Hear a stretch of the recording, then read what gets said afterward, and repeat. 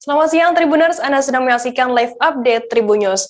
Kami akan menyajikan informasi terkini dari berbagai daerah di Indonesia yang akan dilaporkan secara langsung oleh reporter kami di lapangan. Bersama saya Firda Ananda dan inilah live update selengkapnya. Kita awali berita pertama dari Provinsi Bangka Belitung, Saudara. Pemerintah Kabupaten Bangka, Provinsi Kepulauan Bangka Belitung menerapkan maksimal 25% work from office atau WFO dalam masa PPKM level 4 kali ini. Saat ini Kabupaten Bangka merupakan satu-satunya daerah di Kepulauan Bangka Belitung yang masuk kategori PPKM level 4. Menanggapi hal itu, Pemkab Bangka telah memutuskan untuk menerapkan WFH atau work from home kepada sejumlah aparatur sipil negara. Meski demikian, penerapan WFH tidak dapat dilakukan 100%, mengingat beberapa sektor pelayanan publik harus tetap berjalan. Kepala Badan Kepegawaian Pengembangan Sumber Daya Manusia Daerah Kabupaten Bangka, Baharita, mengatakan bahwa pemberlakuan WFH dan WFO ini mengikuti ketentuan yang telah disampaikan melalui Instruksi Mendagri Nomor 30 Tahun 2021 dan Surat Edaran Menteri Pendayagunaan Aparatur Negara dan Reformasi Birokrasi Nomor 16 Tahun 2021. Terkait informasi lebih lengkapnya mengenai hal ini akan disampaikan oleh wartawan kami dari Bangka Pos, Arya Bima Mahendra, yang saat ini sudah bergabung bersama kami. Selamat siang, Arya. Ya, siang Firda. Arya, bisa dijelaskan sejak kapan pemberlakuan WFH bagi ASN di Kabupaten Bangka ini? Ya, sebelumnya saya jelaskan terlebih dahulu Firda bahwa saat ini Kabupaten Bangka merupakan satu-satunya daerah di Provinsi Kepulauan Bangka Belitung yang saat ini masuk kategori PPKM level 4. Nah, untuk penerapan WFH-nya sendiri sebelumnya sebenarnya sudah dilakukan waktu Kabupaten Bangka masih PPKM level 3. Namun saat ini pemberlakuan WFH di Komplek Perkantoran Pemkab Bangka dilakukan lebih ketat dengan menerapkan maksimal 25% bagi sejumlah perkantoran di Pemkab Bangka. Seperti itu, Firda. Arya, apa saja pertimbangan yang dilakukan oleh untuk menerapkan WFH di Kabupaten Bangka yang saat ini sudah masuk ke kategori PPKM level 4? Ya, berdasarkan wawancara yang saya lakukan kepada Kepala Badan Kepegawaian Pengembangan Sumber Daya Manusia Daerah Kabupaten Bangka, Ibu Baharita mengatakan bahwa saat ini pertimbangan pelaksanaan WFH di perkantoran Pemkab Bangka dilakukan dengan menyesuaikan dengan Instruksi Mendagri Nomor 30 Tahun 2001 dan Surat Edaran Menteri Pendayagunaan Aparatur Negara dan Reformasi Birokrasi Nomor 16 Tahun 2021. Nah, di situ Bu Baharita menyampaikan bahwa ada beberapa penyesuaian yang dilakukan untuk terkait penerapan WFH ini sendiri. Yang pertama yaitu khusus perangkat daerah yang melaksanakan pelayanan masyarakat baik di bidang kesehatan, keamanan dan ketertiban masyarakat serta pemadam kebakaran diberlakukan 100% WFO ataupun work from office. Sementara untuk perangkat daerah yang memberikan pelayanan publik yang tidak bisa ditunda pelaksanaannya seperti pelayanan perizinan, pencatatan sipil, penanganan bencana, konstruksi, pelayanan kebersihan, kantor kecamatan dan kelurahan diberlakukan 25%, di mana maksimal staf ada 25% untuk WFO dengan tetap menerapkan protokol kesehatan secara ketat. Seperti itu, Firda. Arya, sampai kapan pemberlakuan WFH bagi ASN di Kabupaten Bangka ini? Ya, berdasarkan penuturan Kepala BKP SDMD Kabupaten Bangka, Ibu Baharita, mengatakan bahwa saat ini belum ada waktu tertentu untuk pemberlakuan WFH, mengingat saat ini Pemkab Bangka juga masih menunggu keputusan dari pemerintah pusat terkait penerapan PPKM level 4 di Kabupaten Bangka itu sendiri. Seperti itu, Firda. Arya, apakah dengan adanya WFH kali ini akan mengaruhi terhadap kualitas pelayanan publik yang dilakukan kepada masyarakat? Ya, berdasarkan penuturan Ibu Baharita, untuk kualitas pelayanan publik sedemikian rupa diatur agar tidak terjadinya merugikan ataupun tidak berkualitas kepada pelayanan masyarakat, di mana Ibu Baharita menyampaikan bahwa saat ini khusus untuk kepala organisasi perangkat daerah, baik itu sekretaris ataupun kepala dinas ataupun kepala bidang maupun dan staf-staf lainnya itu di rolling seperti itu, Firda, sehingga pelayanan kepada masyarakat itu tetap bisa berjalan maksimal seperti itu. Berarti ini WFH masih juga berjalan dan juga masih mempertimbangkan nantinya tetap ada pelayanan publik yang masih tetap berjalan seperti itu. Baik, terima kasih wartawan Bangka Pos Arya Bima Mahendra atas laporan Anda. Selamat bertugas kembali. Kita beralih ke informasi selanjutnya, Saudara. Gelombang pasang yang terjadi di pesisir di Kelungkung pada Kamis 12 Agustus kemarin mengakibatkan lahan pertanian warga di Dusun Sidayu, Desa Takmung terendam air laut. Dampaknya petani setempat terancam gagal panen, terlebih padi yang terendam air laut tersebut sudah siap panen. Luasan yang terdampak dari musibah ini sekitar 70 are dan petani berharap ada bantuan pemerintah dari musibah yang dialami oleh mereka. Terkait informasi lebih lengkapnya mengenai hal ini akan disampaikan oleh rekan wartawan kami dari Tribun Bali, ada Eka Mita Suputra yang saat ini sudah tersambung bersama kami. Selamat siang, Eka.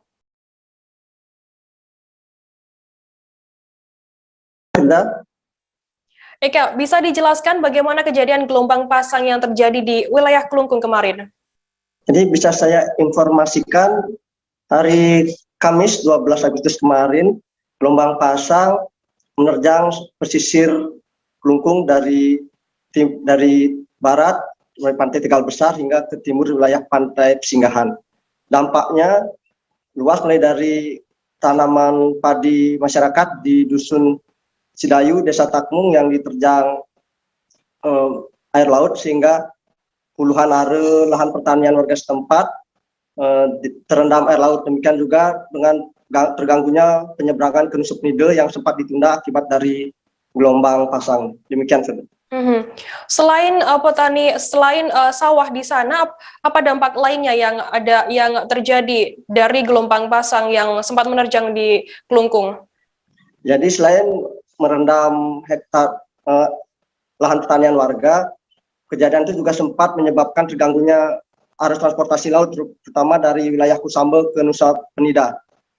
Jadi untuk penumpang di pelabuhan sempat dialihkan ke wilayah Karangasem atau ke kabupaten tetangga dari Kelungkung. Demikian.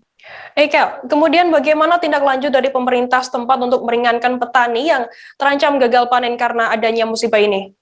Jadi Dinas Pertanian Kelungkung tadi sudah melakukan pengecekan ke wilayah terdampak. Dari hasil pengecekan sekitar 70 are lahan pertanian warga yang mengalami gagal panen akibat dari kejadian tersebut, dan beruntung pihak dari Dinas Pertanian sudah melakukan antisipasi dengan memasukkan wilayah tersebut sebagai wilayah yang tercover asuransi usaha tani, sehingga jika nanti pun petani gagal panen, mereka sudah tercover asuransi. Demikian. Baik, Tribuners, tadi jurnalis kami juga sempat melakukan wawancara dengan petugas UPT Dinas Pertanian Kelungkung di Kecamatan Banjarangkana, IKD Winastra. Berikut liputan lengkapnya untuk Anda. Karena di sini kan sering terjadi kejadian banjir rob, sehingga untuk mengantisipasinya kami dari Dinas sudah menyampaikan kepada petani di sini untuk bisa ikut program asuransi usaha tani. Sekarang mereka sudah ikut ya? Ya, dari luas pertanaman kurang lebih 11 hektar di DP Babakan ini sudah semuanya ikut program UTP. Dari pengecekan tadi berapa kira-kira kerusakan? Dari pengecekan tadi kurang lebih berapa aja? Yang terkena banjir kurang lebih 70 are, yang berdampak kemungkinan untuk mengarah ke Puso kurang lebih 22 are. 22 are. Berarti 22 are ini kan akan dapat asuransi ya. Tidak? Kalau itu misalnya sudah kerusakan lebih dari 75%, kemungkinan akan diklaim. Diklaim. Ya. Tadi petugas sekarang masih lakukan pengecekan gitu ya? Ya. Okay. Untuk klaimnya nanti apakah difasilitasi oleh Dinas Pertanian atau emang petani langsung yang ngurus, Pak? Ya, difasilitasi. Difasilitasi oleh Dinas. Ini memang setiap tahun kan, Pak, kejadian seperti ini, Pak? Bukannya setiap tahun, tapi ya termasuk sering lah kejadian di sini. Langkah-langkah antisipasi sudah dilakukan dari harinya. Dari Bali kita beralih ke Solo, Saudara. Raja Mangkunegara Kanjeng Gusti Arya Adipati Mangkunegara IX meninggal dunia pada hari ini, Jumat 13 Agustus 2021, sekira pukul 2 dini hari tadi. Pihak Istana Mangkunegara melalui Humas Pura Mangkunegaran Joko Pramudia mengonfirmasi hal itu. Kanjeng Gusti Arya Adipati meninggal dunia di Jakarta. Joko mengatakan Mangkunegara IX meninggal dunia karena sakit jantung. Terkait informasi lebih lengkapnya mengenai meninggalnya Kanjeng Gusti Arya Adipati ini akan disampaikan oleh rekan wartawan kami dari Tribun Solo, ada Fristin Intan yang saat ini sudah tersambung bersama kami. Selamat siang, Fristin. Selamat siang, Firda. Fristin, Raja Mangkunegara 9 Kanjeng Gusti Arya Adipati ini meninggal di Jakarta. Apakah ini beliau sempat mendapatkan perawatan medis sebelumnya?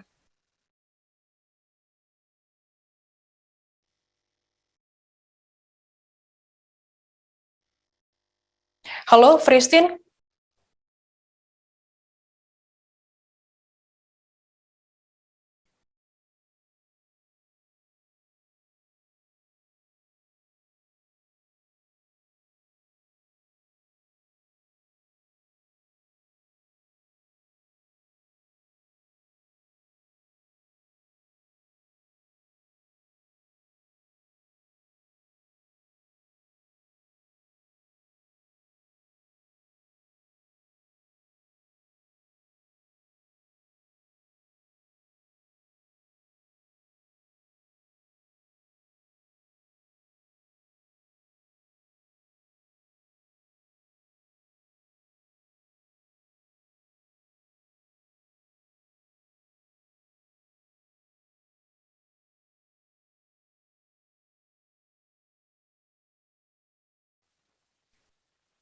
Presiden Raja Mangkunegara 9 Kanjeng Gusti Arya Adipati ini meninggal di Jakarta kabarnya. Apakah beliau ini sempat mendapatkan perawatan medis sebelumnya?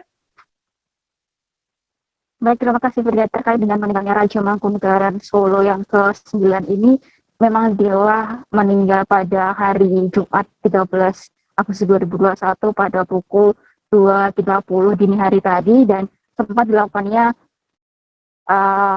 proses ataupun dari pihak rumah sakit dan dinyatakannya meninggal pada pukul 2.30 tadi, dan diketahui bahwa mengidap sakit jantung. Seperti itu, Firda.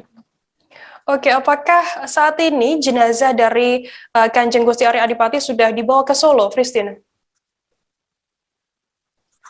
Baik, menurut kabar yang saya himpun dari lapangan ataupun dari pihak Mangkunegara menyatakan bahwa saat ini jenazah dari Kanjeng Gusti Pangeran Adipati Arya Mangkunagaran ke-9 ini sudah dilakukannya perjalanan dari Jakarta menuju Solo. Saat ini sudah dilakukan perjalanan dan sampai sekarang belum didapatkan apakah dari jenazah dari Raja Mangkunagaran ke-9 ini sudah tiba ataupun belum. Seperti itu, Firda. Fristin, untuk rencana pemakamannya ini nantinya di mana dan kapan akan dilaksanakan? Baik, rencananya akan dilakukannya pada Minggu pukul 10 di waktu Indonesia Barat, dilakukannya di Asta pemakaman yang ada di Matasi, Asta Girilayu, dan dari kompleks itu nanti dari pihak dari Mangkunagaran langsung membawa dari kerajaan menuju ke Asta Girilayu pada Minggu pukul 10 itu tadi.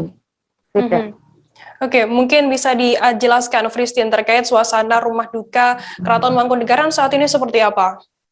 Baik, untuk suasana di rumah ataupun di Kerajaan Mangkunagaran saat ini memang sudah dilakukannya persiapan untuk menyambut kedatangan dari jenazah Raja Mangkunagaran ke-9 ini. Dan bisa juga diinformasikan pada tadi sudah adanya karangan bunga yang sudah tiba di lokasi dari Mangkunagaran Solo pada hari ini. Dan memang untuk proses pemakaman dilakukannya pada Minggu pukul 10 karena pada aturan dari Mangkunagaran pada yang sudah dilakukannya ada tradisi tidak boleh melakukan pemakaman pada hari Sabtu, sehingga dilakukannya penjedaan hingga hari Minggu mendatang, Firda. Fristin, mungkin bisa dijelaskan sedikit mengenai sosok dari Kanjeng Gusti Arya Adipati Mangkunegara ke-9 ini seperti apa di mata masyarakat? Baik, untuk sosok dari Kanjeng Gusti Pangeran Adipati Arya Mangkunagaran ke-9 ini merupakan sosok raja yang sangat bijaksana dan juga menyertai bagaimana kesenian yang ada di kota Solo, terutama pada seni tari, dan juga dari sosoknya juga beliau sangat peduli dengan masyarakat kota Solo terkait dengan adanya berbagai karya yang sudah dia terbitkan dan juga membuka keraton ataupun Mangkunagaran untuk masyarakat lebih luas dan sudah dilakukannya pembangunan secara menyeluruh, begitu, Firda.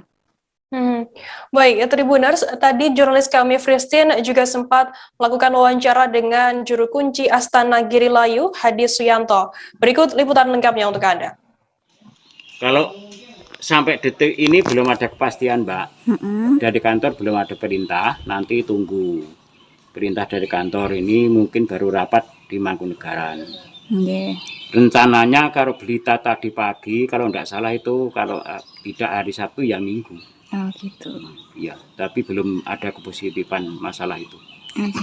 Pak, tadi udah dibersihkan dulu ya tempatnya nggak? Ya, hanya persiapan, belum digali tempatnya. Oh. Karena belum positif di mana letaknya, jaraknya dari ayahnya itu berapa meter belum ada ketentuan.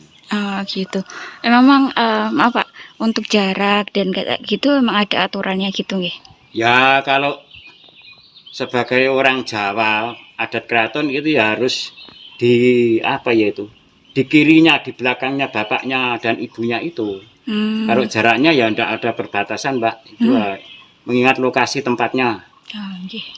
Baik. Jadi bisa dekat, bisa agak lebar, tergantung pada lokasi tempatnya. Hujan alam gelombang pasang setinggi kurang lebih 4 meter terjadi di pemukiman warga di pesisir pantai selatan Flores, tepatnya di Kecamatan Lela, Kabupaten Sika pada Kamis 12 Agustus kemarin. Akibat gelombang tinggi itu 24 rumah warga di Desa Watu Tedang dan Desa Sika, Kecamatan Lela, Kabupaten Sika terendam air laut seusai dihantam gelombang pasang. Terjangan gelombang yang besar ini mengejutkan warga di siang bolong.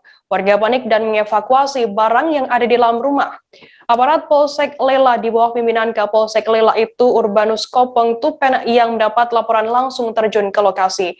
Aparat polisi membantu warga memindahkan barang dengan cepat agar tidak rusak terkena air laut. Untuk informasi lebih lengkapnya, saat ini saya sudah tersambung dengan jurnalis dari Pos Kupang Aris Ninung yang akan memberikan laporannya untuk Anda. Selamat siang, Aris. Halo Aris, selamat siang.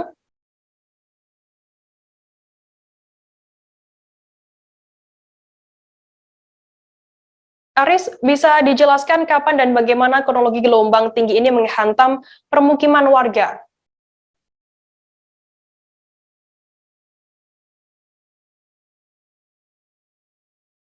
Halo Aris, bisa mendengar suara saya dari studio?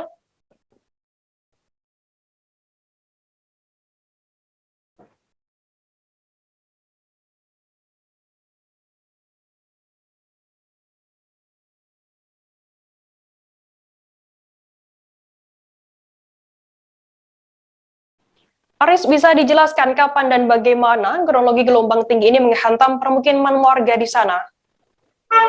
Baik, Firda, perlu saya sampaikan bahwa gelombang tinggi di pantai selatan Flores, tepatnya di Kecamatan Lela, Kabupaten Sika, terjadi pada hari Kamis tanggal 12 Agustus 2021, di mana warga pada siang itu sedang berada di rumah, dikejutkan dengan gelombang pasang yang cukup tinggi yang menghantam pemukiman warga yang berada di pesisir pantai tersebut. Gelombang setinggi 4 meter itu memukul pemukiman warga, lalu membuat air laut dari masuk ke rumah warga dari bagian belakang, sehingga warga dibantu polisi melakukan evakuasi barang-barang yang ada di dalam rumah. Demikian sudah. Aris, apakah ada korban jiwa dalam peristiwa musibah kali ini? Baik, Firda. Sampai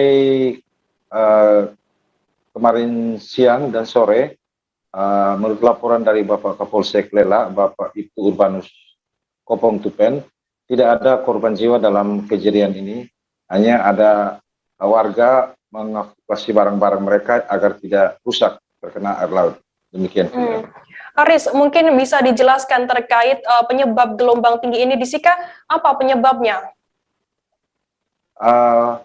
Kejadian gelombang tinggi di Kecamatan Lela di dua desa ini sudah sering terjadi setiap tahun pada musim gelombang pada akhir tahun dan awal tahun. Gelombang tinggi ini terjadi karena tidak adanya tembok penahan pantai yang dibangun oleh pemerintah di kawasan tersebut.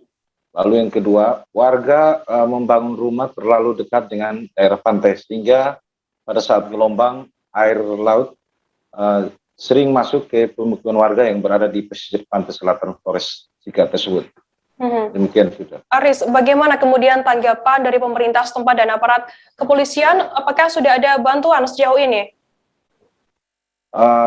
Aparat kepolisian bersama pemerintah Kecamatan Lela yang berada di 2 desa tersebut, usai kejadian sudah meminta warga untuk tetap waspada dan melaporkan kepada pemerintah dan pihak kepolisian kalau terjadi gelombang susulan. Sejauh ini pemerintah kecamatan sudah berkoordinasi dengan masyarakat untuk mencari jalan keluar agar warga tidak terkena gelombang pasang setiap ada gelombang di daerah itu, dengan mencari lahan baru untuk membangun pemukiman warga. Yang menjadi kendala saat ini lahan untuk pembangunan kawasan pemukiman bagi warga di pesisir pantai itu sedang dalam proses pencarian masyarakat bersama pemerintah kecamatan. Demikian juga. Berarti nantinya warga yang bermukim di pesisir pantai ini akan dipindah ke lokasi yang masih saat ini dicari, seperti itu ya. Oke, baik, Ya, Tribuners. Tadi jurnalis kami juga sempat melakukan wawancara dengan Kapolsek Lela, itu Urbanus Kobongtupen. Berikut liputan lengkapnya untuk Anda. Kemarin hari Kamis tanggal 12 sekitar pukul 13.00 WITA, saya mendapat laporan dari masyarakat bahwa adanya abrasi yang melanda warga masyarakat di pesisir pantai. Dari situ saya sudah menyampaikan kepada semua anggota agar kita segera ke lokasi untuk membantu masyarakat mengevakuasi barang-barang yang ada di dalam rumah.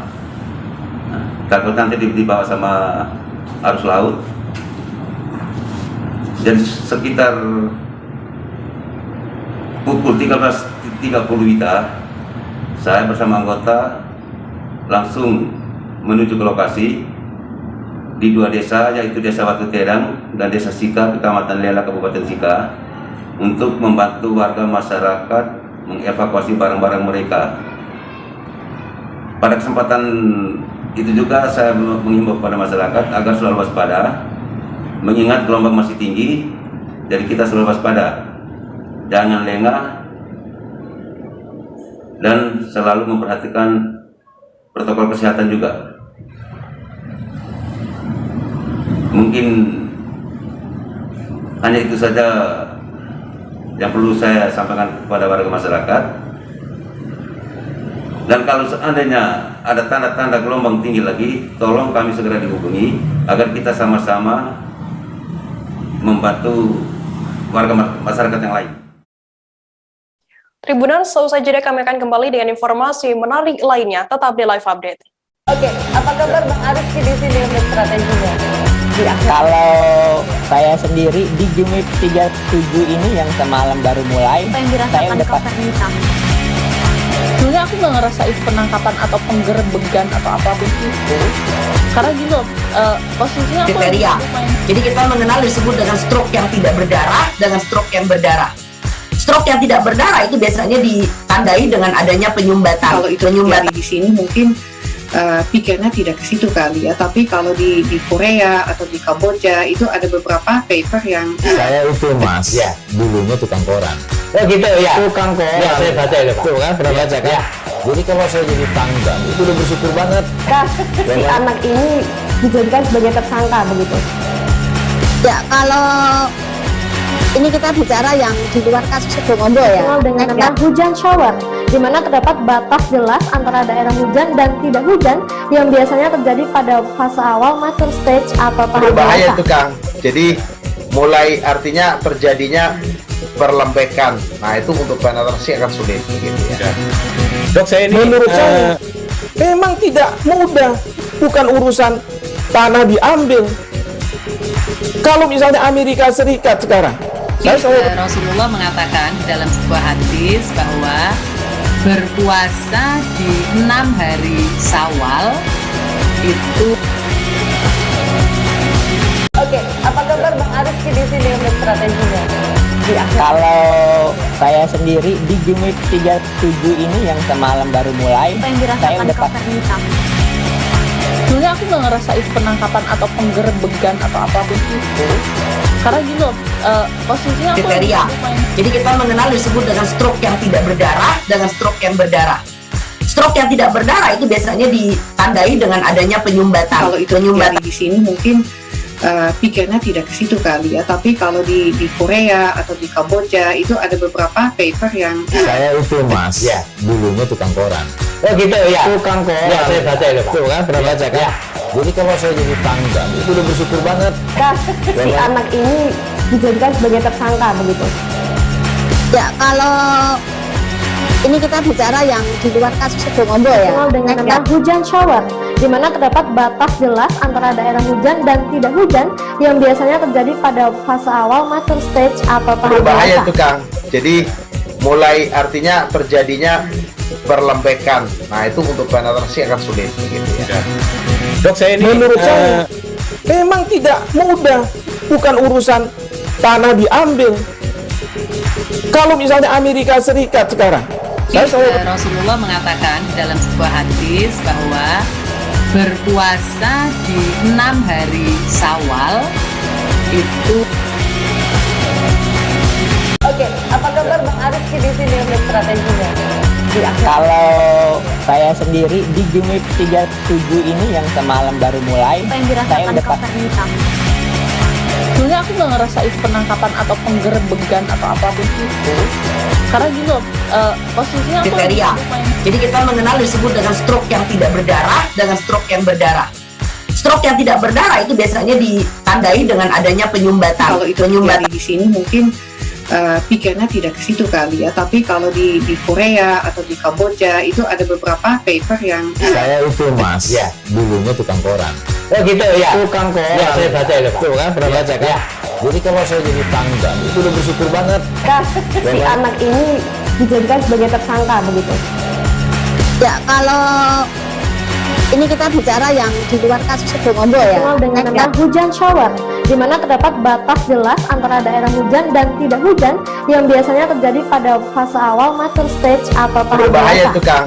Jadi mulai artinya terjadinya perlembekan. Nah itu untuk penetrasi akan sulit gitu ya. Dok, saya ini menurut saya memang tidak mudah, bukan urusan tanah diambil.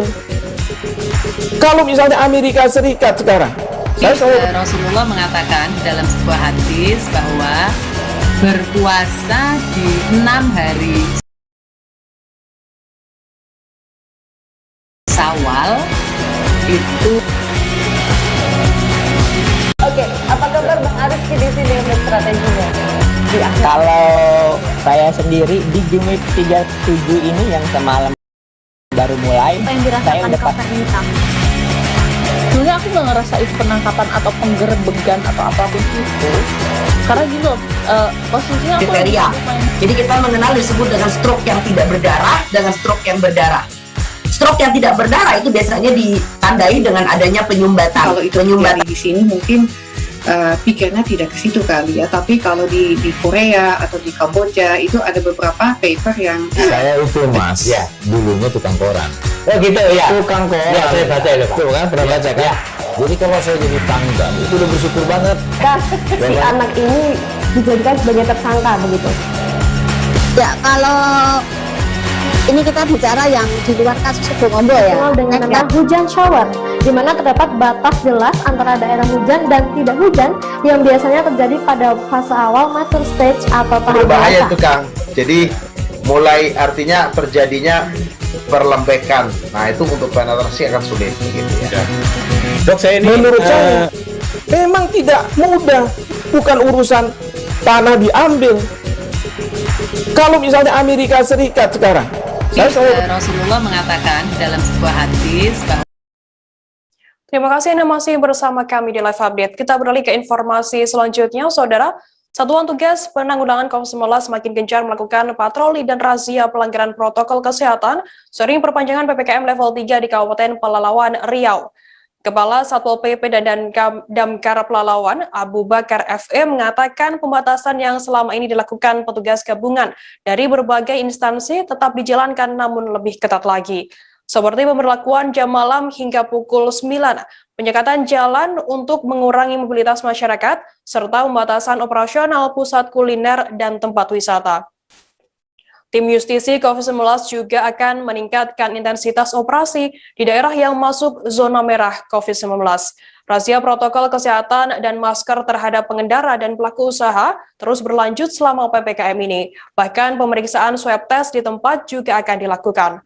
Terkait informasi lebih lengkapnya mengenai hal ini akan disampaikan oleh rekan wartawan kami dari Tribun Pekanbaru. Ada Yohanes Tanjung yang saat ini sudah tersambung bersama kami. Selamat siang, Yohanes. Selamat siang, Firda.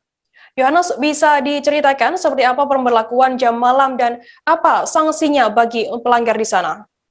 Baik, Firda, pemberlakuan jam malam oleh tim Satgas COVID-19 Kabupaten Pelalawan sebenarnya sudah terlaksana sejak 2 bulan yang lalu. Namun, tim kembali memperketat setelah perpanjangan PPKM level 3 yang diterapkan di Kabupaten Pelalawan.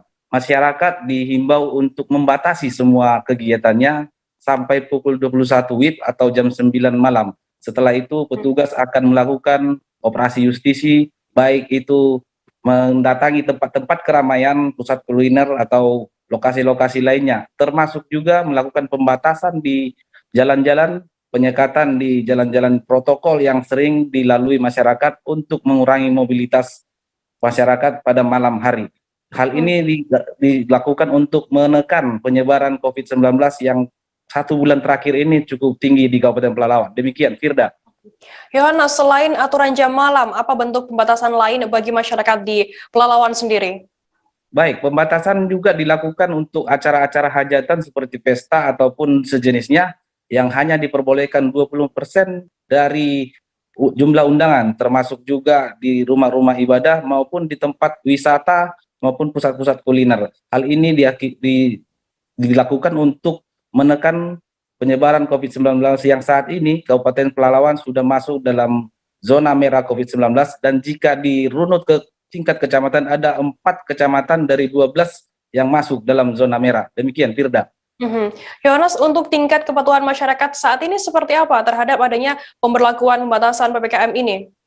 Baik, berdasarkan konfirmasi kami terhadap Satgas COVID-19, 2 bulan terakhir ini melalui pembatasan-pembatasan dari seluruh kegiatan, tampak tingkat kepedulian masyarakat sudah semakin meningkat untuk menerapkan protokol kesehatan, termasuk menggunakan masker saat beraktivitas di luar ruangan. Hal ini terlihat dari intensitas atau jumlah masyarakat yang terjaring dalam razia masker setiap hari semakin menurun. Selain itu, angka COVID-19 juga semakin menurun dari masyarakat yang ditemukan di swab di tempat. Hanya saja tingkat masyarakat pasien pada pasien rumah sakit juga semakin meningkat. Demikian, Firda.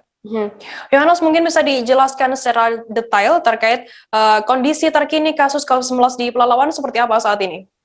Baik, Firda, saat ini kondisi COVID-19 di Kabupaten Pelalawan sebenarnya semakin meningkat karena ada terjadi penambahan setiap hari kasus-kasus yang jumlahnya cukup signifikan antara 20 sampai 40 pasien per hari. Namun hal ini mempengaruhi kasus aktif di Kabupaten Pelalawan saat ini mencapai 390 lebih dengan pembagian isolasi mandiri 164 pasien dan isolasi di rumah sakit 230. Demikian juga dengan tingkat kematian yang setiap hari bertambah yang akumulasinya saat ini berjumlah 156 pasien. Demikian, Firda. Baik, terima kasih wartawan Tribun Pekanbaru Yohanes Tanjung atas laporan Anda. Selamat bertugas kembali. Kita beralih ke informasi selanjutnya, Saudara. Pemerintah daerah akan mengubah strategi vaksinasi untuk mengejar target 50% pada Agustus 2021 yang telah ditetapkan oleh Gubernur Papua Barat. Langkah tersebut diambil mengingat hingga kini capaian vaksinasi dosis 1, tahap pertama, kedua, dan ketiga di Papua Barat kurang dari 25%. Sementara dosis 2 untuk Provinsi Papua Barat baru mencapai 11,3%. Hal itu disampaikan pengelola imunisasi dan vaksin Provinsi Papua Barat, Hendrik Amarisan. Tim dari provinsi nantinya akan diterjunkan untuk melakukan percepatan vaksinasi bersama kabupaten dan juga kota. Dengan demikian, instruksi yang dibuat oleh Gubernur Papua Barat segera terrealisasi dan bisa mencapai 50%. Terkait informasi lebih lengkapnya mengenai hal ini akan disampaikan oleh rekan wartawan kami dari Tribun Papua, ada Safwan Ashari Raharusun yang saat ini sudah tersambung bersama kami. Selamat siang, Safwan. Selamat siang, Firda. Sofwan, bisa dijelaskan bagaimana capaian vaksinasi di Papua Barat saat ini? Ya, Firda dan juga Tribuners dimanapun Anda berada, berdasarkan informasi yang saya peroleh untuk capaian vaksinasi mulai dari tahap tahap 1 dosis 1 tahap 1 sampai tahap 3 untuk dosis 1 Papua Barat hingga saat ini masih mencapai vaksinasi yang sudah terrealisasikan hanya baru 22,1%. Sementara untuk tahap 2 untuk dosis 1 untuk tahap 2 Papua Barat hingga saat ini masih jauh di atas target Provinsi Papua Barat, yaitu masih di 11,3%. Sofwan, mengapa pemerintah provinsi mengganti strategi vaksinasi di Papua Barat? Ya, Firda dan juga Tribuners dimanapun Anda berada, penggantian strategi yang akan dilakukan oleh pemerintah Provinsi Papua Barat ini mengingat selama ini vaksinasi yang dilakukan di Provinsi Papua Barat hanya berbasis pada Dinas Kesehatan Kabupaten Manokwari, sementara Dinas Kesehatan Provinsi Papua Barat hanya fokus pada membantu Kabupaten Manokwari, sehingga targetnya masih jauh di bawah rata-rata, sehingga dengan demikian pemerintah Provinsi Papua Barat untuk melaksanakan vaksinasi di masing-masing kabupaten. Firda. Sofwan, daerah mana saja yang capaian vaksinasinya sudah tinggi di Papua Barat saat ini? Ya, untuk capaian vaksinasi yang sangat tinggi yang sudah tinggi di Provinsi Papua Barat hingga saat ini masih diduduki oleh Kabupaten Manokwari dengan capaian 38,2%, sementara Kabupaten Teluk Kondama sebanyak 23,6%, sementara Manokwari Selatan sebanyak 23,4%, yang lainnya masih di bawah rata-rata. Kemudian yang masih rendah capaian vaksinasinya di Papua Barat, apa kemudian langkah yang diambil oleh pemerintah di sana untuk menanggulangi hal ini? Ya, untuk menanggulangi capaian yang masih rendah, mengantisipasi mungkin capaiannya masih rendah, pemerintah Provinsi Papua Barat dalam hal ini gugus tugas dan juga Bapak Gubernur telah menginstruksikan agar vaksinasi di tahap berikut ini mereka akan menerjunkan aparat TNI Polri untuk membantu vaksinasi di sejumlah daerah, salah satunya yaitu Pegunungan Arfak yang hingga saat ini capaiannya masih rendah di sekitar 0,3%, sehingga mereka akan menurunkan personil TNI Polri untuk membantu. Selain Dinas Kesehatan Provinsi, mereka juga akan menurunkan aparat TNI Polri untuk membantu dengan penyelenggaraan vaksinasi di kabupaten yang masih rendah. Berarti sinergitas antara Dinas Kesehatan kemudian TNI Polri diperlukan untuk menanggulangi rendahnya capaian vaksinasi di Papua Barat, begitu. Oke, baik. Terima kasih wartawan Tribun Papua Sofwan Sarirah Rusun atas laporan Anda. Selamat bertugas kembali. Kita beralih ke informasi selanjutnya, Saudara. Sekolah Menengah Atas Negeri 1 Kendari merupakan sekolah pertama di Sulawesi Tenggara yang melakukan vaksinasi kepada siswanya. Dengan jumlah total target siswa yang divaksin, saat ini sebanyak 465 siswa dari 1.200 siswa yang ada. Hal itu disampaikan langsung oleh Kepala Sekolah SMAN 1 Kendari Ruslan. Vaksinasi siswa SMAN 1 Kendari ini berlokasi di Jalan Maijen Sutoyo, nomor 102, Kelurahan Tipulu, Kecamatan Kendari, Kota Kendari, Sulawesi Tenggara. Kepala Sekolah SMAN 1 Kendari awalnya tidak menyangka siswa yang melakukan vaksin akan sebanyak ini. Ruslan selaku Kepsek SMAN 1 Kendari itu menyebut 100 siswa saja yang hadir sudah merasa bersyukur. Nah, untuk mengetahui informasi lebih lengkapnya, saat ini saya sudah tersambung dengan jurnalis dari Tribun News Sultra, ada Ridwan Kadir yang saat ini sudah bergabung bersama kami. Selamat siang, Ridwan. Selamat siang, rekan Firda. Ridwan, bisa dijelaskan bagaimana keterangan dari Kepala Sekolah SMAN 1 Kendari seusai siswanya ini melakukan vaksinasi COVID? Ya, tanggapan dari Kepala Sekolah SMA Negeri 1 Kendari yaitu ia sangat bersyukur peran aktif siswa dalam melakukan vaksinasi ini sangat antusias sekali. Sebelumnya ia hanya berharap 100 siswa yang datang saja sudah sangat bersyukur. Namun ternyata harapan tersebut melebihi dari apa yang diharapkan kepala sekolah, yaitu ada 465 siswa yang divaksin. Ia juga sangat berterima kasih kepada pihak kepolisian, yaitu Kepolisian Daerah, Polda Sultra, dan Polres Kendari yang telah memfasilitasi program vaksinasi remaja ini. Kemudian, untuk mencegah agar tak ada kerumunan, kepala sekolah telah memberikan jadwal kepada siswanya, yaitu ada 3 jadwal, yaitu untuk kelas 12 dimulai pada pukul 8 waktu Indonesia Tengah, kemudian kelas 11 dimulai pada pukul 10 waktu Indonesia Tengah, dan kelas 10 itu dimulai pada pukul 13 waktu Indonesia Tengah. Sekian, Firda. Ridwan, vaksinasi ini adalah vaksinasi perdana yang dilakukan di Sulawesi Tenggara untuk pelajar SMA. Bagaimana dengan sekolah-sekolah lainnya? Ya, Kepolisian Daerah Sulawesi Tenggara menargetkan seluruh pelajar di Sultra disuntik vaksin COVID-19. Kapolda Sultra Irjen Pol Yan Sultra Indrajaya mengatakan kedepannya vaksin pelajar juga akan digelar di 16 kabupaten kota lainnya.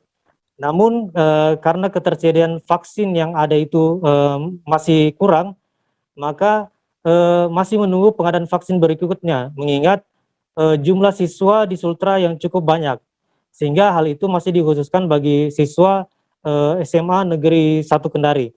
Sebenarnya program ini dilakukan guna mendukung program pemerintah pusat dalam melakukan percepatan vaksinasi, terutama bagi para pelajar.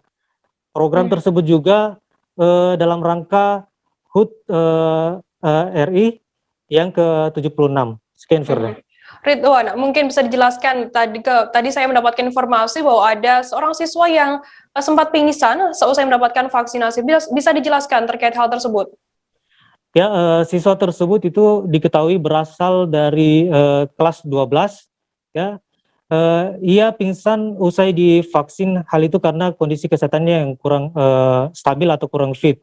Menurut atau berdasarkan keterangan dari petugas vaksinasi tersebut, ada 2 penyebab siswa tersebut lemas usai divaksin.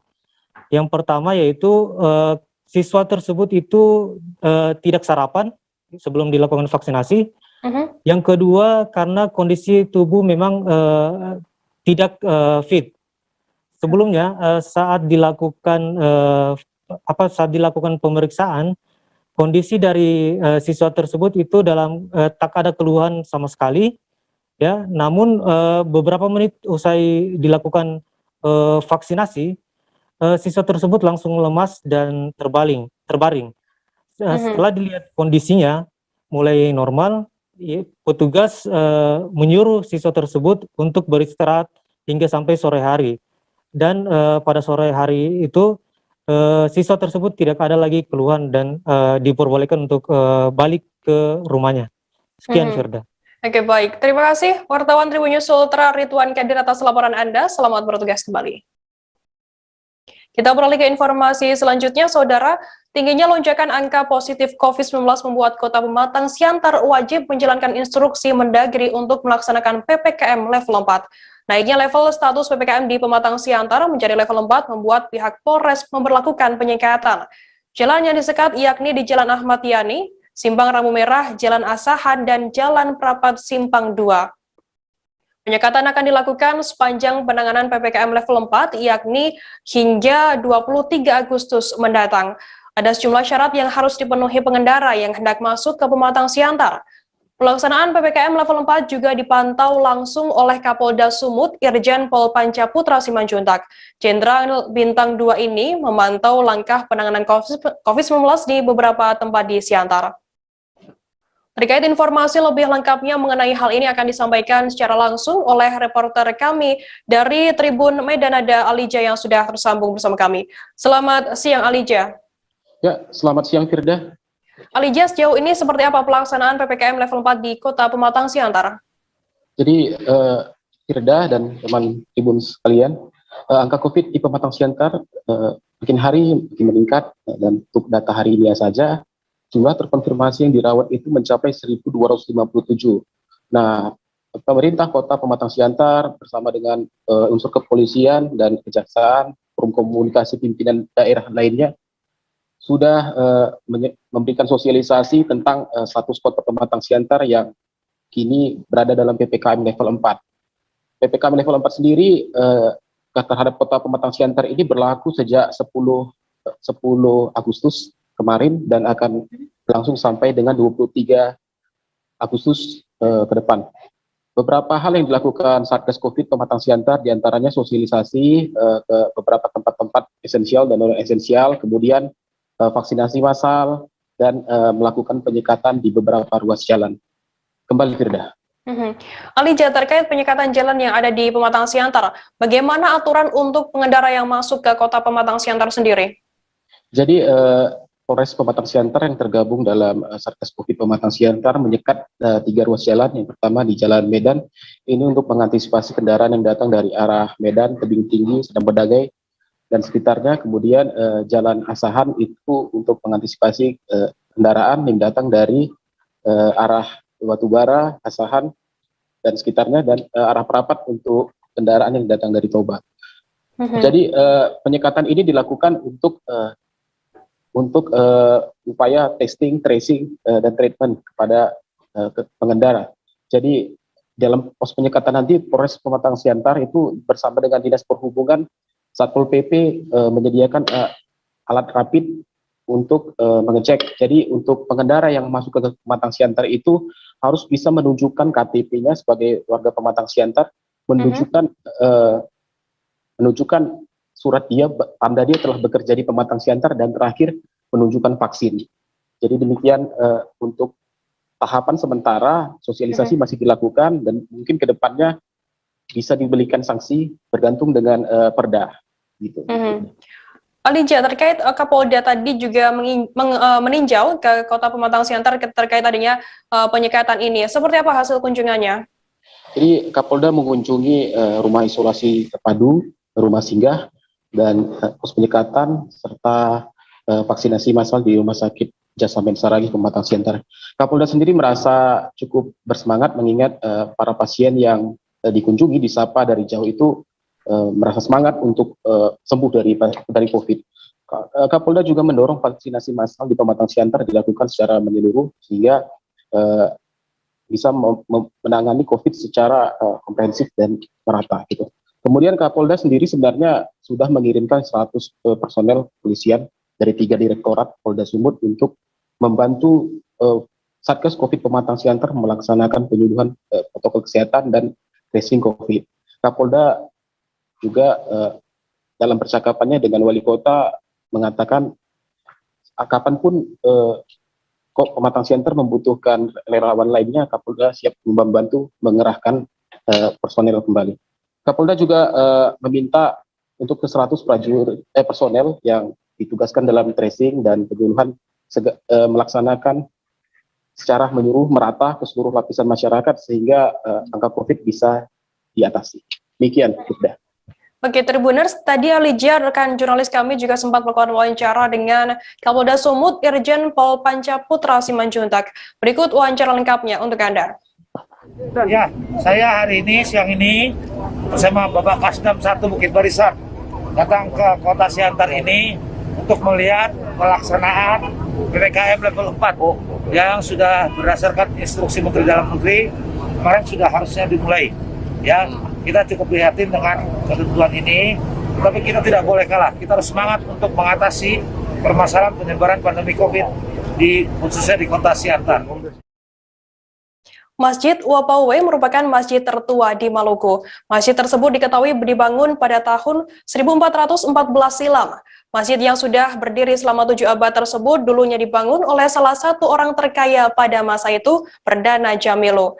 Meski dengan beratapkan daun rumbia dan dinding-dinding bangunan masjid hanya dibuat dengan bahan pelepas sagu, masjid tersebut masih kokoh berdiri hingga saat ini.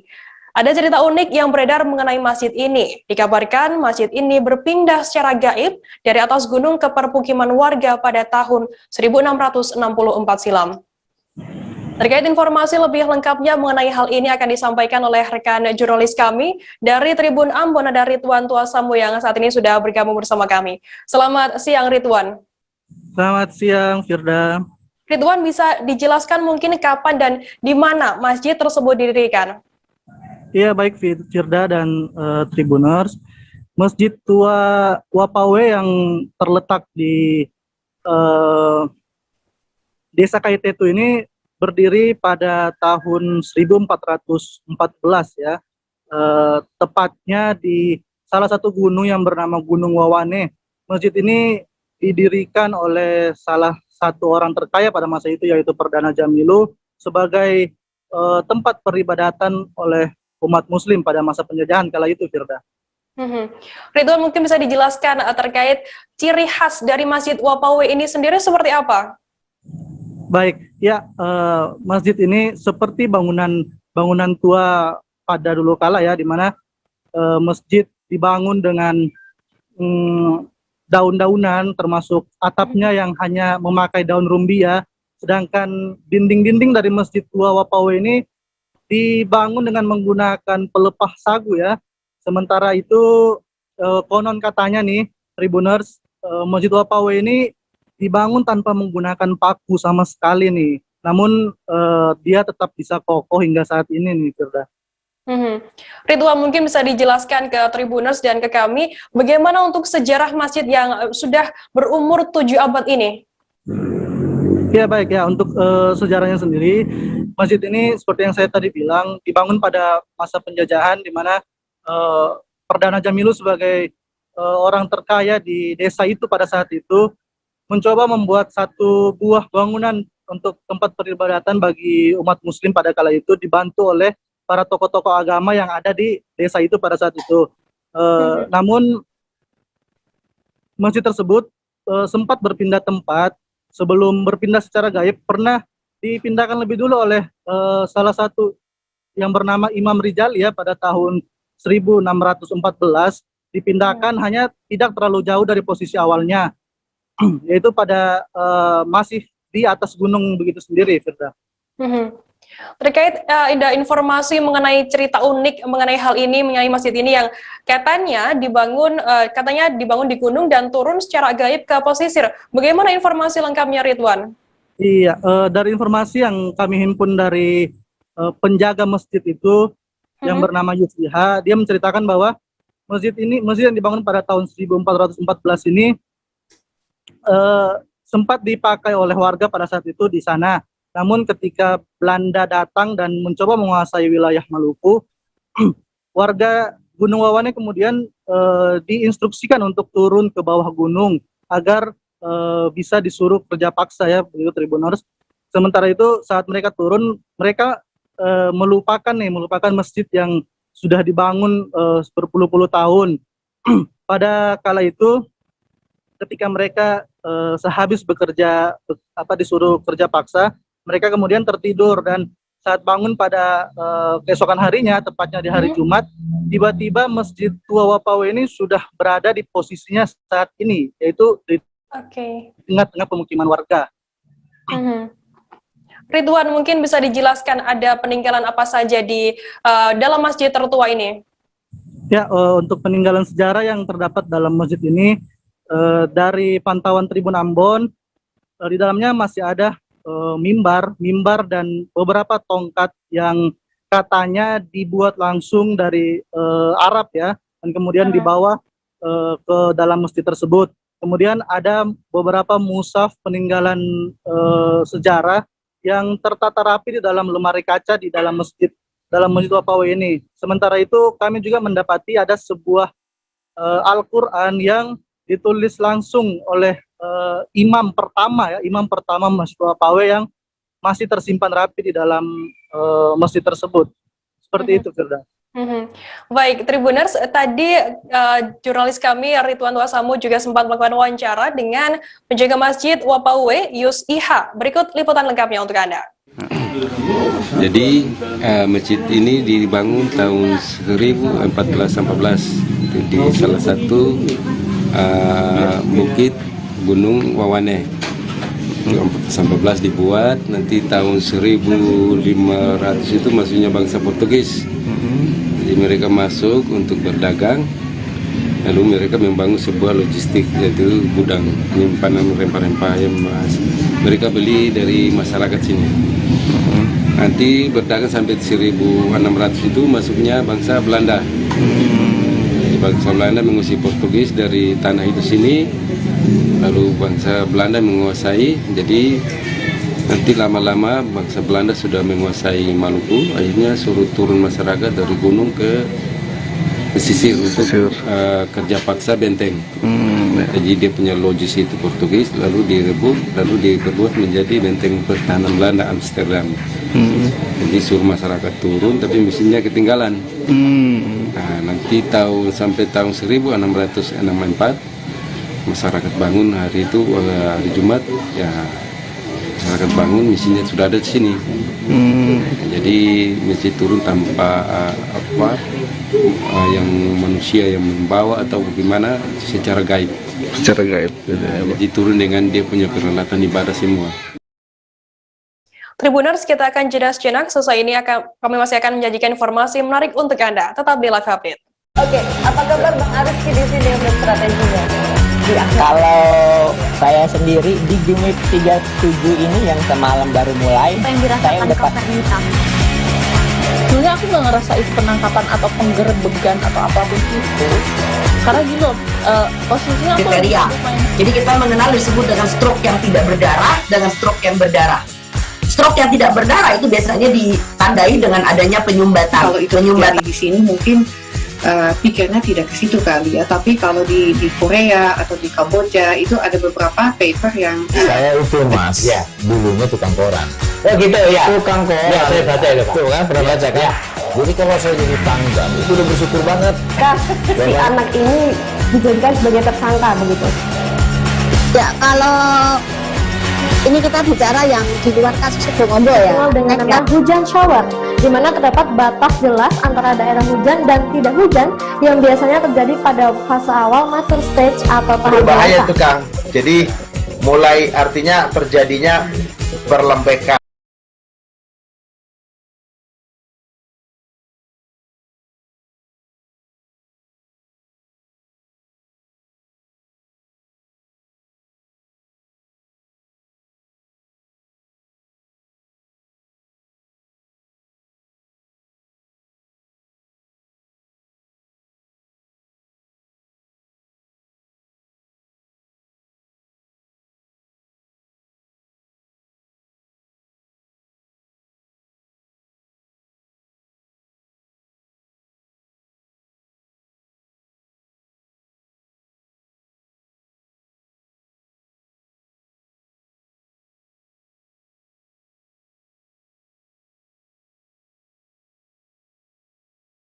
Nah itu untuk penetrasi akan sulit begitu ya.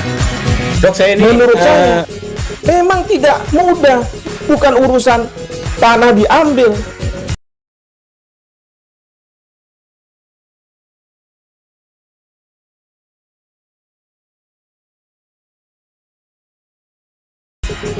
Kalau misalnya Amerika Serikat sekarang, Rasulullah mengatakan dalam sebuah hadis bahwa berpuasa di 6 hari Syawal itu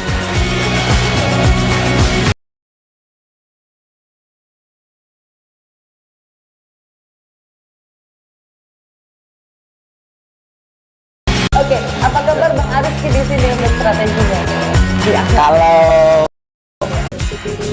Kalau misalnya Amerika Serikat sekarang, Rasulullah mengatakan dalam sebuah hadis bahwa berpuasa di 6 hari Syawal itu. Oke, apa kabar Bang Ariski di sini untuk strateginya? Kalau saya sendiri di Game Week 37 ini yang semalam baru mulai, saya udah pasti. Sebenarnya aku nggak ngerasa itu penangkapan atau penggerebekan atau apapun itu. Karena gini loh, posisinya aku kriteria. Jadi kita mengenal disebut dengan stroke yang tidak berdarah dengan stroke yang berdarah. Stroke yang tidak berdarah itu biasanya ditandai dengan adanya penyumbatan. Kalau itu penyumbatan di sini mungkin pikirnya tidak ke situ kali ya. Tapi kalau di Korea atau di Kamboja itu ada beberapa paper yang saya itu mas, ya dulunya tukang koran. Oh gitu ya, tukang koran. Ya saya baca ya Pak. Tuh kan pernah baca kan? Jadi kalau saya jadi tanggal itu udah bersyukur banget. Si anak ini dijadikan sebagai tersangka begitu. Ya kalau ini kita bicara yang di luar kasus Sebongombo ya. Dengan nama hujan shower, di mana terdapat batas jelas antara daerah hujan dan tidak hujan yang biasanya terjadi pada fase awal mature stage atau tahap berbahaya dewasa. itu Kang. Jadi mulai artinya terjadinya perlembekan. Nah itu untuk penetrasi akan sulit gitu ya. Dok, saya ini menurut saya memang tidak mudah, bukan urusan tanah diambil. Kalau misalnya Amerika Serikat sekarang, Rasulullah mengatakan dalam sebuah hadis bahwa berpuasa di 6 hari Syawal itu.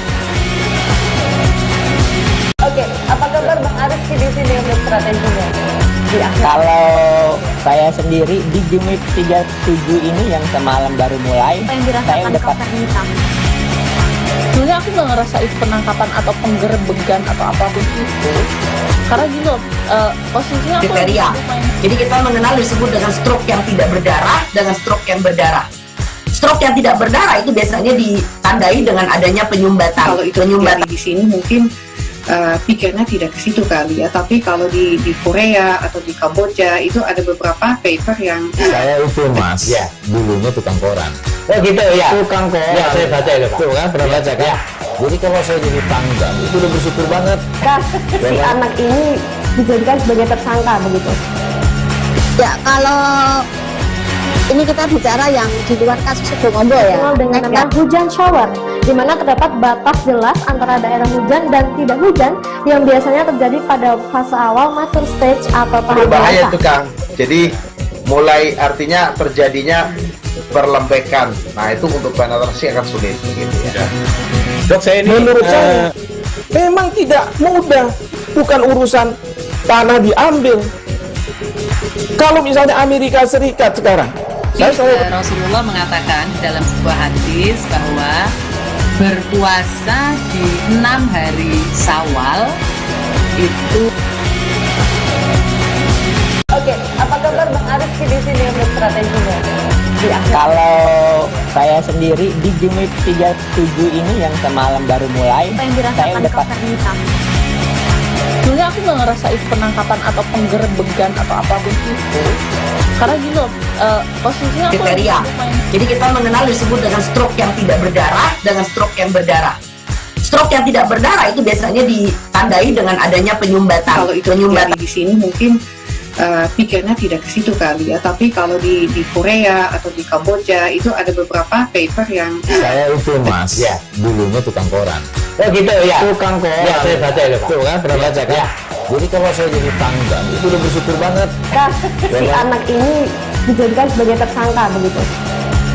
Ya kalau ini kita bicara yang di luar kasus Sebongombo ya. Dengan nama hujan shower, di mana terdapat batas jelas antara daerah hujan dan tidak hujan yang biasanya terjadi pada fase awal mature stage atau tahap berbahaya dewasa. itu Kang.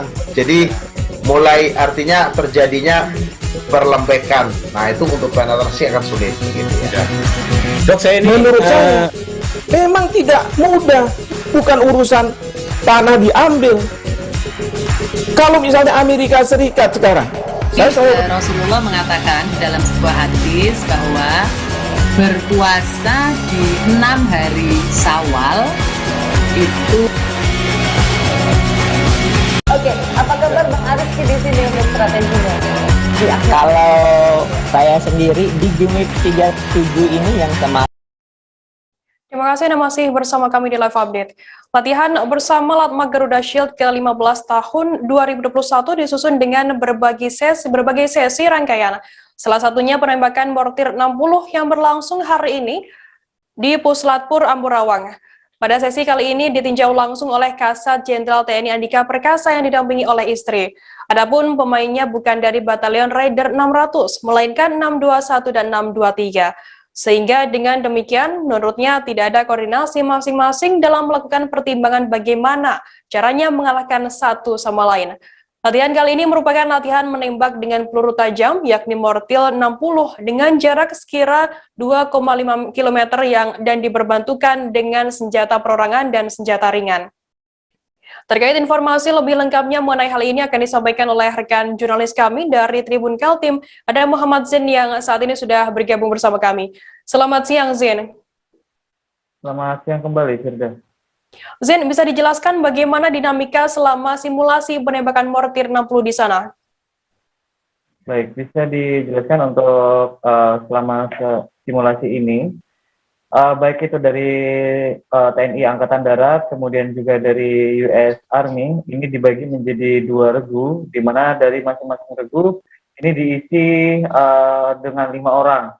Namun ini tidak dibagi antara TNI Angkatan Darat dengan US Army, melainkan dalam satu regu itu dicampur, baik itu dengan prajurit Indonesia dan prajurit Amerika. Jadi antara simulasinya ini, simulasi penembakan mortir itu bisa dibilang seperti regu campuran, seperti itu. Kemudian bagaimana untuk pembagian regunya di sana? Baik, kalau untuk pembagian regunya sendiri kurang lebihnya dibagi menjadi 4 regu seperti itu. Seperti yang sempat diinformasikan tadi bahwa untuk masing-masing regu diisi dengan maksimal sampai dengan 5 orang, di mana nanti dari 5 orang ini berperan ada yang melakukan penembakan mortirnya, kemudian ada juga yang menggunakan senjata ringan untuk melancarkan serangan seperti itu. Zain, mungkin adakah kendala di lapangan saat melakukan simulasi penembakan mortir 60 ini? Baik, kalau untuk kendala yang disampaikan oleh Kasat TNI Jenderal TNI Andika Perkasa, di mana untuk penggunaan mortir yang digunakan oleh masing-masing regu ini berbeda, sehingga bisa dikatakan bahwa penilaian terhadap masing-masing regu ini tidak bisa disamaratakan akibat karena penggunaan senjata yang berbeda seperti itu. Karena memang menurut Jenderal TNI Andika Perkasa, yang dinilai bukanlah dari senjata yang digunakan, melainkan dari kekompakan tim dari regu itu sendiri seperti itu.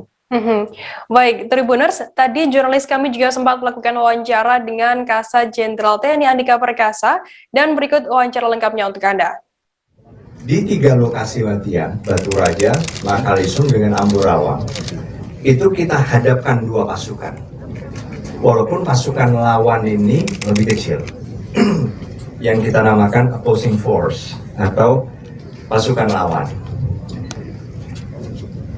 Pemerannya bukan dari batalion 600 kalau dari Indonesia, sengaja dari batalion yang berbeda, 621 dengan 623. Sedemikian rupa sehingga memang nggak ada koordinasi.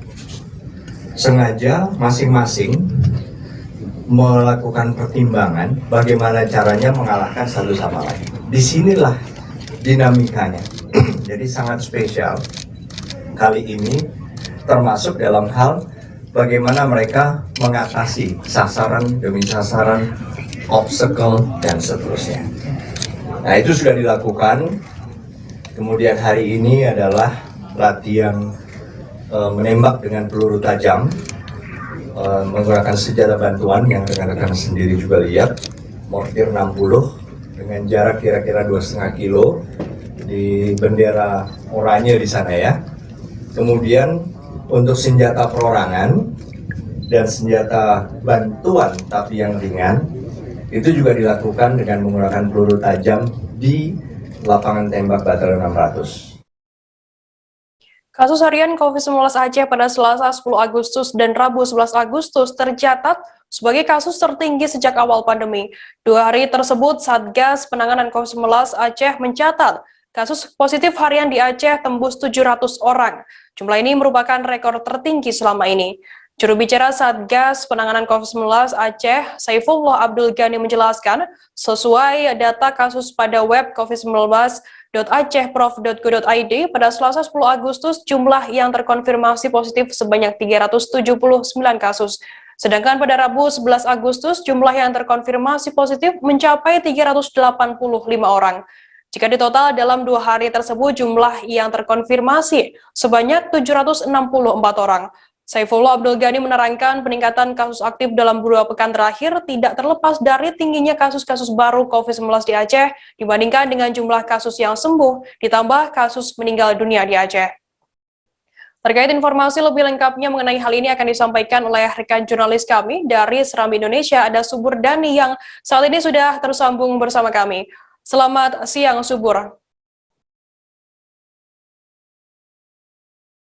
Halo, Subur. Ya, halo Firda, selamat Subur, siang. bisa dijelaskan apa penyebab tingginya kasus harian COVID-19 di Aceh dalam 2 hari terakhir tersebut? Ya, Firda, saya Subur Dhani, jurnalis Serambi Indonesia melaporkan saat ini dari depan Masjid Raya Baitur Rahman, Kota Banda Aceh. Untuk saat ini kasus harian COVID-19 di Aceh termasuk dalam jumlah yang tinggi pada hari Selasa 10 Agustus dan Rabu 11 Agustus yang lalu, di mana kita mencatat sesuai data website COVID-19 Aceh itu mencapai 700 orang yang terkonfirmasi positif.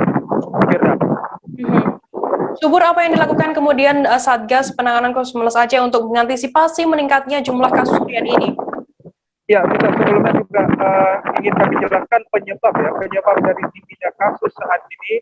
Juru bicara Satgas COVID itu menyatakan bahwa dalam beberapa waktu terakhir pemerintah Aceh gencar melakukan tracing dan tracking kepada pasien COVID-19 sehingga jumlah yang terpapar positif COVID-19 di Aceh untuk beberapa kabupaten kota itu meningkat.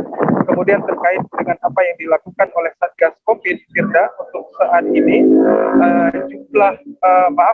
untuk saat ini para personil Satgas gencar melakukan patroli hingga malam hari, di mana di Aceh saat ini masih diberlakukan jam malam untuk warung kopi dan rumah makan. Dan para Satgas jika ada keramaian langsung dibubarkan, Firda.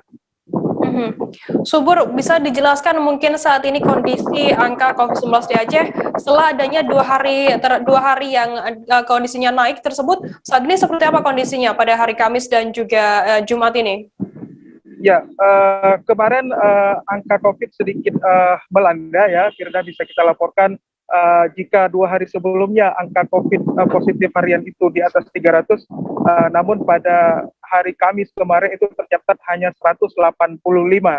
Jumlah ini jauh lebih menurun ketimbang pada hari Selasa dan Rabu, Firda. Dan hingga Kamis kemarin, Satgas mencatat jumlah positif COVID secara akumulatif sejak ditemukannya kasus pada Maret 2020 hingga saat ini mencapai 26.309 orang yang terkonfirmasi positif. Oke, baik. Tribuners, tadi jurnalis kami juga sempat melakukan wawancara dengan juru bicara Satuan Tugas Penanganan COVID-19 Pemerintah Aceh, Saifullah Abdul Ghani. Berikut liputan lengkapnya untuk Anda. 3 hari terakhir kasus COVID-19 di Aceh agak melonjak. Pada tanggal 11 Agustus 2021 penambahan kasus baru mencapai 385 orang. Kemudian sehari sebelumnya juga penambahan kasus baru COVID-19 di Aceh sebanyak 379 orang.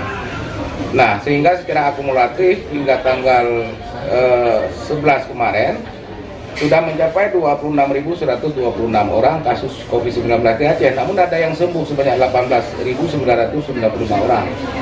Nah, tingginya kasus ini tidak terlepas dari replikasi COVID-19. Setiap satu kasus baru biasanya ada replikasi sampai 3 kasus yang lain. Nah, karena itu dalam PPKM Mikro itu ditingkatkan testing, tracing, dan treatment. Katakanlah Banda Aceh yang merupakan daerah PPKM yang level 4 itu ada kewajiban untuk melakukan tracing, testing selama setiap hari sebanyak 4.000 lebih, baik dengan swab test maupun antigen test. Begitu juga di kabupaten kota yang lain. Nah, tracing harus dilakukan terhadap 15 orang setiap satu kasus COVID-19. Sementara itu karena bor ya, penggunaan tempat tidur di rumah sakit juga tinggi. Dari sisi treatment, pemerintah kabupaten kota juga sudah mulai mengkonversi tempat tidur, mengalihfungsikan tempat tidur yang ada untuk perawatan COVID-19 sehingga bornya turun dan pelayanan kepada penderita COVID-19 menjadi optimal. Bor saat ini sudah di atas 60% dan ini di atas standar WHO. Pelaksana tugas Kepala Dinas Pemuda Olahraga dan Pariwisata Kabupaten Sanggau Risman Aminin mengatakan bahwa sejak April 2021 objek wisata Pancur Aji Sanggau ditutup sementara lantaran terjadi peningkatan kasus COVID-19 di Kabupaten Sanggau. Kondisi ini akan disampaikan kepada Satgas COVID-19 untuk didiskusikan terkait dengan upaya pihaknya di objek wisata Pancur Aji. Diharapkan ketika objek wisata dibuka, maka harus ada pengetatan protokol kesehatan untuk mencegah penyebaran COVID-19, sehingga pengunjung objek wisata akan merasa nyaman dan sehat saat berwisata. Risma mengatakan bahwa objek wisata Pancur Aji ini juga merupakan salah satu sumber pendapatan asli daerah atau PAD Kabupaten Sanggau. Apabila bisa dilakukan pembukaan, tentunya juga berdampak untuk meningkatkan kontribusi dari sektor pariwisata terhadap PAD Kabupaten Sanggau di tahun 2021 ini. Terkait informasi lebih lengkapnya akan disampaikan oleh rekan jurnalis kami dari Tribun Pontianak, ada Hendry Cornelius yang saat ini sudah tersambung bersama kami. Selamat siang, Hendry. Iya, selamat siang. Hendry, bisa dijelaskan bagaimana suasana atau keindahan di objek wisata Pancur Aji tersebut? Iya, dapat saya jelaskan. 4. Kemudian untuk menuju kawasan wisata Pancur Aji juga di simpangnya ada gerbang serta ada papan petunjuk lokasi wisata sehingga para pengunjung dijamin pasti pasti akan sampai ke lokasi dan tidak akan tersesat. Begitu. Hendry, apakah nantinya akan ada rencana pemerintah Kabupaten Sanggau sendiri untuk membuka kembali objek wisata Pancur Aji ini? Ya, tidak. Mengutip statement dari pelaksana tugas Kepala Dinas Pemuda Olahraga dan Pariwisata Kabupaten Sanggau, Risma Aminin, yang pada intinya mengatakan bahwa pihaknya akan berdiskusi dengan Satgas COVID-19 Kabupaten Sanggau terkait rencana pembukaan kembali objek wisata ini. Kemudian dikatakannya juga secara aturan dari instruksi Menteri Dalam Negeri untuk pembukaan destinasi wisata yang ada di kabupaten itu diserahkan kepada kondisi setempat. Dan semoga di bulan Agustus ini setelah diskusi nanti bisa dibuka kembali, namun tetap setelah mendapat pertimbangan dari Satgas COVID-19 Kabupaten.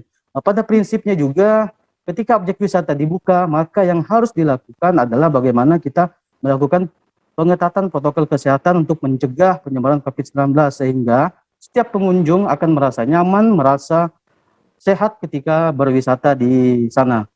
Sekian. Baik, Tribuners, tadi jurnalis kami juga sempat melakukan wawancara dengan PLT Kepala Dinas Pemuda Olahraga dan Pariwisata Kabupaten Sanggau, Risma Aminin. Berikut wawancara lengkapnya untuk Anda. Untuk ODTW Pancur Aji memang sejak bulan April 2021 kita lakukan penutupan karena memang terjadi peningkatan kasus baik di skala Kalimantan Barat ataupun dan juga Kabupaten Sanggau sampai hari ini. Namun demikian kita juga punya rencana untuk melakukan diskusi terkait dengan situasi dan kondisi terbaru perkembangan penyebaran COVID-19 di Provinsi Kalimantan Barat. Hari ini kita mendapatkan berita yang membahagiakan bahwa kita terlepas dari kondisi level 4 pada beberapa kabupaten dan kota yang ada di Kalbar. Secara keseluruhan Kalbar masuk ke level 3. Kondisi di Sanggau juga, ini yang ingin kami sampaikan kepada Satgas dan diskusikan terkait dengan upaya kita di Pancur Aji. Artinya secara aturan dari instruksi Menteri Dalam Negeri untuk pembukaan destinasi wisata yang ada di kabupaten itu diserahkan kepada kondisi setempat. Pada prinsipnya ketika objek wisata dibuka, maka yang harus kita lakukan adalah bagaimana kita melakukan pengetatan protokol kesehatan sehingga setiap pengunjung akan merasa nyaman, merasa sehat ketika melakukan wisata. Menteri Pertanian Syahrul Yassin Limpo meninjau sentra industri porang di PT Asia Prima Konjaj, Kecamatan Bilangkenceng, Kabupaten Madiun, Jawa Timur pada Jumat 13 Agustus hari ini. Syahrul menyebut porang menjadi pilihan Presiden Joko Widodo sebagai komoditi andalan baru di Indonesia. Dengan adanya komoditi baru ini diharapkan alur ekspor menjadi lebih beragam dan lebih optimal. Selain on-farm, proses pengolahan di industri off-farm juga harus ditingkatkan agar nilai tambah komoditi porang semakin besar. Syahrul mengatakan saat ini sedang diminati dunia lantaran kandungan nutrisi baik terutama glukomanan yang ada di tanaman umbi-umbian ini cukup besar. Terkait informasi lebih lengkapnya mengenai hal ini akan disampaikan oleh rekan jurnalis kami dari Tribun Jatim, ada Sofyan Arif Chandra yang saat ini sudah bergabung bersama kami. Selamat siang, Chandra. Halo, selamat siang, Firda. Chandra, bisa dijelaskan bagaimana potensi komoditi porang di Indonesia ini? Ya, untuk potensi dari komoditi porang ini sangat besar, Firda, karena menurut Syahrul Yassin, saat ini pasar dunia sedang meminati porang ini karena kandungannya yang cukup besar, terutama glukomanan, sehingga dalam setiap tahun potensi ekspor untuk komoditi porang ini selalu naik, sehingga Syahrul mengharapkan semua petani porang terus meningkatkan produksinya, dan jika ada lahan-lahan atau tegakan yang masih nganggur, untuk lahan-lahannya bisa ditanami porang, Firda. Apa yang membuat porang ini sangat diminati oleh di pasar dunia? Untuk tanaman porang ini kaya akan manfaat glukomanan, Firda, terutama untuk bagi pasien yang sedang diabetes, ini bisa untuk dikonsumsi, Firda. Terlebih karbohidratnya juga rendah, sehingga nutrisi-nutrisi yang ada di porang ini sangat baik untuk pasien-pasien yang sedang menderita diabetes. Selain itu, bahan baku dari porang ini juga digunakan untuk bahan-bahan kosmetik, jelly, dan juga untuk perekat, Firda. Saat ini untuk porang, ekspornya harus berbentuk chip, Firda, tidak boleh dalam bentuk gelondongan, tapi harus berbentuk chip atau keripik, atau bisa diekspor dalam bentuk serbuk, Firda. Oke, Chandra, apa intervensi pemerintah untuk meningkatkan produksi dan nilai tukar porang? Untuk dari intervensi dari pemerintah, untuk dari Gubernur Jatim sendiri, ini mengeluarkan pergub, tidak diperbolehkan untuk mengekspor benih-benih porang dalam bentuk katak, Firda. Ekspor ini diperbolehkan hanya dalam bentuk olahan berupa keripik porang ataupun dalam bentuk serbuk tepung. Sedangkan untuk dari pemerintah pusat saat ini sedang menggelontorkan kredit usaha rakyat untuk petani-petani di Madiun terutama dan di daerah Mataraman untuk meningkatkan budidaya porang serta olahan-olahan industri porang, Firda. Baik, Tribuners, tadi jurnalis kami Chandra juga sempat melakukan wawancara dengan Menteri Pertanian Syahrul Yassin Limpo terkait porang ini. Dan berikut liputan lengkapnya untuk Anda. Kehadiran Bapak Presiden untuk melakukan peresmian industri dan sekaligus meletakkan batu pertama untuk industri lanjutan, industri beras porang. Porang menjadi pilihan Bapak Presiden untuk menjadi komoditi andalan baru di Indonesia, khususnya dalam rangka membuat alur ekspor yang lebih beragam dan lebih optimal ke seluruh mancanegara yang ada.